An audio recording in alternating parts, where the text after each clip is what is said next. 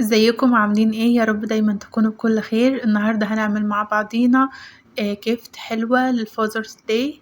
ممكن تعملوها مع أولادكم يحبوها جدا ويقدموها لآبائهم وهيكونوا حابينها جدا. زي ما انتم شايفين أنا جبت لوحة من اللوحات السوداء وبدأت إن أنا أقسمها نصين. بعد كده بنمسك كده الجنب ده والجنب ده بنقص فيه حتة صغيرة زي ما انتم شايفين. بعد كده هنجيب المسطرة بتاعتنا والقلم ونبدأ نقيس المقاسات. اللوحات دي أنا جايباها من دولار تري. هتلاقوا نفس المقاس ده بالظبط. هتعملوها على نص اللوحة. أنا أخدت 3 سنتي من فوق و8 سنتي من تحت ومسكتها كده وصلتها ببعضيها. وهنعمل الناحية التانية بنفس المقاسات ونفس الشكل برضو.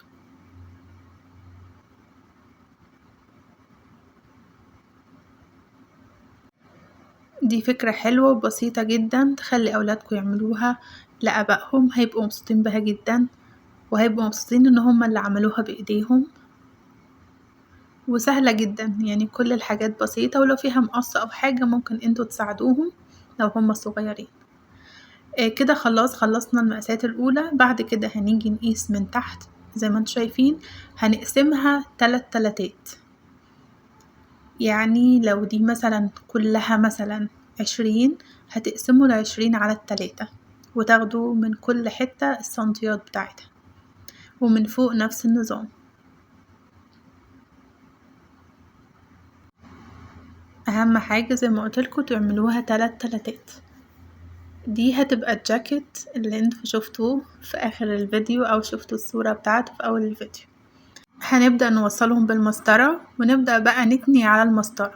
المسطرة بصراحة بتساعد ان يطلع الخط ستريت وحلو، ما يبقاش فيه اي اعوجاج، وبتبقى مظبوطة جدا.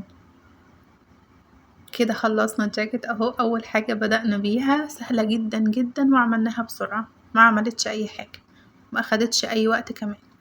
هنبدأ بقى نعمل الجيوب. هتعملوا المسطرة زي ما انتوا شايفين كده على الخط، ونبدأ مثلا نسيب من هنا سنتي ومن هنا سنتي بالظبط. دي انا حطيت فيها الشوكولات، اكيد شفتوها برضو. انتوا ممكن بقى تبتكروا اي حاجة تانية. ممكن تعملوا الجيب وما تحطوش فيه حاجة، ممكن تحطوا فيه جيفت، تحطوا فيه حاجة هدية تانية غير اللي انا عملتها. بس دي كلها افكار انتوا تقدروا تعملوها. هنمسك بقى النايف بتاعنا ونبدأ ان احنا نقطعها، بس تحطوا بقى خشبة او كرتونة علشان ما تجرحوش التيبل بتاعتكم. تمام كده عملناها. ادي الجيوب بتاعتنا بقت جاهزة. هنبدأ بقى نجيب الجلو بتاعنا ونلزق الجاكيت بتاعنا.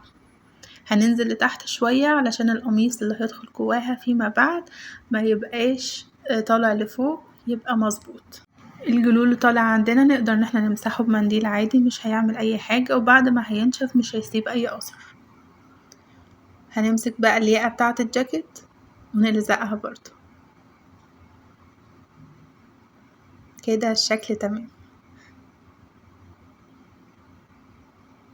كده. نعمل بقى القميص بتاعنا والكرافتة ونعمل الزراير، كل الحاجات بتاعتنا. جبت برضو نفس اللوحة بس لون ابيض، قطعت منها على قد الفتحة زي ما انتوا شايفين بالظبط. قسوها وظبطوها بحيث تعملوها بالشكل ده. لو انتوا تعملوا جاكيت اكبر برضو هتقيسوا وتظبطوه على الاساس ده. هتيجوا بقى من فوق هنا برضو هتقسموها 3 تلاتات.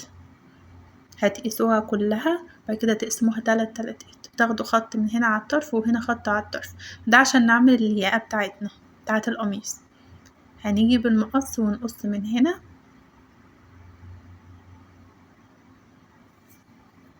ونقص برضو من الناحية التانية، ونبدأ بقى نتنيها بالشكل اللي انتوا شايفينه. بالراحة كده نمسك ونحط ايدينا في النص، بعد كده نيجي في الأطراف وندوس عليها. نجرب بقى ندخلها ونشوف شكلها هيكون عامل ازاي، عشان لو طويلة نقصها. بعد كده نجيب اي بقى لوحة تانية بأي لون انتوا عايزينه وتعملوا بيها الكرافات. انا عملتها بشكل عادي كده كده هتكون جوه الجاكيت فمش هتكون باينة. لو عايزين بقى تعملوها كرافتة كويسة ممكن تقصوها بالشكل اللي انتوا عايزينه.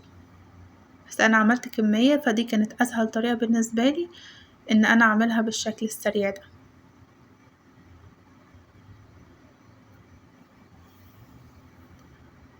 هتبدأوا تاخدوها رفيع وتنزلوا على واسع لتحت زي ما انتوا شايفين، نفس الشكل كده بالظبط.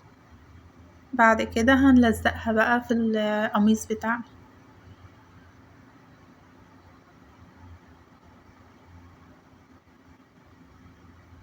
كل الدنيا اهي بالجلو، ما فيهاش اي حاجة غير بس النايف والمقص شوية استخدمناه. ممكن انتوا تقصقصوا الحاجات دي لولادكم هما يبدأوا يجمعوها معاكم. نبدأ بقى نلزقها بالشكل اللي انتوا شايفينه ده. نجرب بقى ندخلها كويس كده مظبوطة تمام. نبدأ بقى نلزق الظهر بتاع القميص. ممكن كمان لو حابين ما تلزقوهاش وتخلوا الظهر ده كارد كده تكتبوا عليه براحتكم خالص، بحيث ان هي تتشد لفوق يلاقي الكلام مكتوب بايديهم، بخط ايديهم، خط ايدين الاطفال وكده. بعد كده نجيب الشوكولات بتاعتنا نحطها في الكيوب.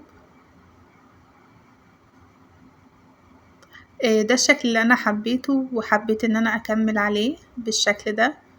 ممكن انتوا لو مش حابين تحطوا الشوكولات تحطوا هدية، تحطوا اي حاجة ممكن تحطوها بالشكل اللي انتوا عايزينه كده تمام. هنبدأ بقى نجيب باقي اللوحة البيضة اللي عندنا نعمل بيها الزراير بتاعتنا. تقدروا بقى لو حابين تعملوها زراير حقيقية تقدروا تجيبوها من على الامازون او والمارت، اي مكان هتلاقوا فيه زراير تقدروا تحطوها كده بالشكل الحلو ده. كده فاضل حاجة اخيرة انا عملتها عشان ده للاجتماع بتاعنا بتاع الخدمة. عملنا آية زي ما انتوا شايفين مكتوب عليها Happy Father's Day واسم الاجتماع بتاعنا. بتقصوها وتظبطوها بالشكل ده قلب، عايزين تعملوها مربع اعملوها بالشكل اللي انتوا عايزينه. بعد ما بنقصها بنلزقها في الظهر زي ما انتوا شفتوا كده. لو حابين تعملوها بالشكل ده تمام، حابين تعملوها بأي شكل برضو براحتكم.